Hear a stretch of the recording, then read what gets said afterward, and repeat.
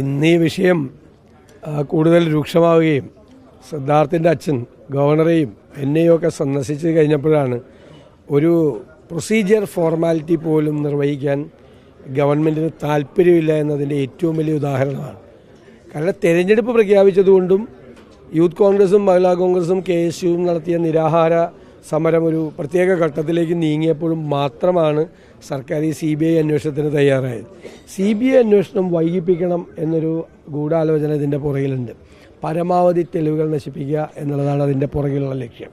അതുകൊണ്ട് ഈ അന്വേഷണത്തിൻ്റെ ഇത്രയും സെൻസിറ്റീവായ ഒരു കേസിൽ ഒരു CBI അന്വേഷണം ഉത്തരവിട്ടിട്ട് അതിൻ്റെ പ്രൊസീജിയറായിട്ടുള്ള നടപടിക്രമങ്ങളുടെ കാര്യങ്ങൾ പോലും ശ്രദ്ധിക്കാൻ ഗവൺമെൻറ്റിന് പറ്റിയില്ലെങ്കിൽ പിന്നെ എന്ത് ഗവൺമെൻറ്റാണ്?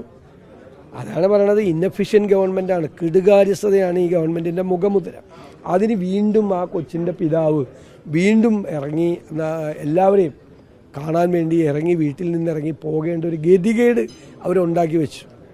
ഉദ്യോഗസ്ഥന്മാരുടെ തലയിൽ ചാരി ഗവൺമെൻറ്റിന് രക്ഷപ്പെടാൻ കഴിയണമെങ്കിൽ ശരി, പക്ഷേ ഉത്തരവാദിത്വത്തിൽ നിന്ന് ആഭ്യന്തര വകുപ്പിനും ആഭ്യന്തര വകുപ്പിൻ്റെ ചുമതലയുള്ള മുഖ്യമന്ത്രിക്കും മുഖ്യമന്ത്രിയുടെ ഓഫീസിനും ഒഴിഞ്ഞു മാറാൻ പറ്റില്ല. പൂർണ്ണമായ ഉത്തരവാദിത്വം അവർക്കുണ്ട്. ഇനിയും ഈ കാര്യത്തിൽ ഡിലേ വരുത്തി കഴിഞ്ഞാൽ ഞാൻ നേരത്തെ സൂചിപ്പിച്ചതുപോലെ ഞങ്ങൾ ആ കുടുംബത്തോടൊപ്പമാണ്, ആ കുടുംബത്തിൻ്റെ കൂടെയാണ്, ആ കുടുംബത്തിൻ്റെ ആവശ്യം നിറവേറ്റുന്നതിന് വേണ്ടി ഞങ്ങൾ ഏതറ്റം വരെ പോകും. തെരഞ്ഞെടുപ്പ് കാലമാണെങ്കിൽ പോലും ഒരു സമരത്തിലേക്ക് നീങ്ങും. അതുകൊണ്ട് എത്രയും പെട്ടെന്ന് CBI അന്വേഷണം തുടങ്ങാൻ, ഒരുപാട് തെളിവുകൾ നശിപ്പിക്കപ്പെട്ടു എങ്കിലും, ഫോറൻസിക് എവിഡൻസ് എല്ലാം നശിപ്പിക്കപ്പെട്ടു എങ്കിലും ഉള്ള തെളിവുകൾ വെച്ച് അന്വേഷണം മുന്നോട്ട് പോകാൻ വേണ്ടിയിട്ടുള്ള നടപടികൾ സ്വീകരിക്കാൻ തന്നെയാണ്. ഞാൻ പറഞ്ഞല്ല അല്ലാന്ന്, മുഖ്യമന്ത്രിയുടെയും മുഖ്യമന്ത്രിയുടെ ഓഫീസിൻ്റെയും ഭാഗത്തു നിന്നുള്ള ഗുരുതരമായ വീഴ്ചയാണ്. കേരളത്തെ ഞെട്ടിച്ച, കേരളത്തെ മാനസികമായി ജനങ്ങളെ തകർത്ത് കളഞ്ഞ, രക്ഷകർത്താക്കളിൽ ഭീതി ഉണ്ടാക്കിയ, കുഞ്ഞുങ്ങളിൽ ഭീതി ഉണ്ടാക്കിയ ഈ ഒരു സംഭവത്തിൽ ഇത്ര ലാഘവത്വത്തോടു കൂടിയാണ് കാര്യങ്ങൾ കൈകാര്യം ചെയ്യുന്നതെങ്കിൽ ആരും ശ്രദ്ധിക്കപ്പെടാതെ പോകുന്ന കാര്യങ്ങൾക്ക് ആരായിരിക്കും നോക്കുന്നത്? അതാണ് ഗവൺമെൻറ്. സിസ്റ്റം വർക്ക് ചെയ്യുന്നില്ല.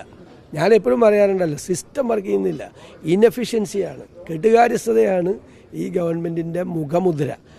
മുഖ്യമന്ത്രി കൊടുത്ത ഒരു ഉറപ്പ് പോലും പാലിക്കാൻ കഴിയാത്ത സിസ്റ്റമാണ് ഉണ്ടാക്കി വെച്ചിരിക്കുന്നതെങ്കിൽ പിന്നെ എന്താ കാര്യം? അപ്പം അതല്ല കാര്യം.